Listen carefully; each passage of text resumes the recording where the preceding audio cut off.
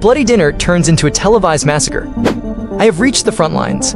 This villa looks magnificent from the outside, but inside, there is only the stench of destruction wrapped in luxury. As I stepped into the villa, Mina's shadow returned, standing silently beside me. I saw Hilda and her family entering the dining room, the targets I had waited years for. I told Mina to move aside. I didn't want her to see the horror I was about to commit. For the sake of the promise I once made to her about a peaceful dream place, I had to finish this. I stormed the kitchen, neutralizing all the chefs there with only a carrot grater before grabbing a machete. I ran to the dining table and slashed Hilda from behind with all my rage. However, my world collapsed when I realized that woman was not Hilda. They were all just ordinary people ordered to disguise themselves. It was a trap. Gideon appeared and mocked my efforts. He had predicted my arrival. I tried to take Gideon hostage, but suddenly a heavy blow hit the back of my head. It was June 27, their protective ninja. We engaged in a fierce fight. June was a very strong opponent, but I managed to pry open her protective helmet.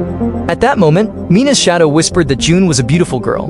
My concentration broke. June took that opportunity to kick me, until I fell to the lower floor and blacked out. Woke up with my hands and feet bound. June stared at me, recognizing my fighting style as identical to Shaman's. She pressured me to speak, but I chose silence until she became enraged. Gideon then entered and ordered June out. Unexpectedly, Gideon confessed that he was fed up with his family's madness. He felt tired of having to hunt rebels just to satisfy Hilda's insatiable bloodlust. Although he threatened me with a small grinding knife, Gideon intentionally let me leave. He wanted to see if I could truly destroy Hilda. Game continued. Melanie, Hilda's power-hungry sister, arrived and dragged me to the Culling studio. I was to be the main sacrifice for killing her husband, Glenn. In the production room, I heard them debating Hilda's deteriorating mental state. The show began. I was displayed on stage with an electric shock collar around my neck. When Hilda appeared for the opening speech, she looked panicked seeing me, even hallucinating Shaman among the audience. Melanie quickly ushered her away before the slaughter, but the Frosty Puff cereal mascots began. One by one, the prisoners were butchered. At the critical moment, I felt something in my pocket, the grinding knife Gideon had secretly tucked away. I managed to free my bonds, but Melanie immediately shocked me until I collapsed. As a goat-masked man approached with a hammer, I thought this was the end.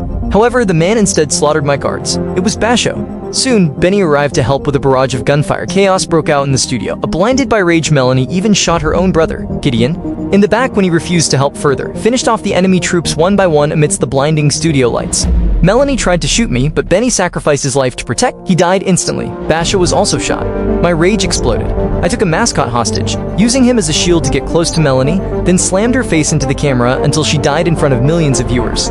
Basho, with his remaining strength, guided me toward the corridor where Hilda was hiding. I fought through the last line of troops until none remained, but the price was high. Basho finally drew his last breath in front of me. The deaths of Basho and Benny prove that in the war against tyrants, there is no victory without loss.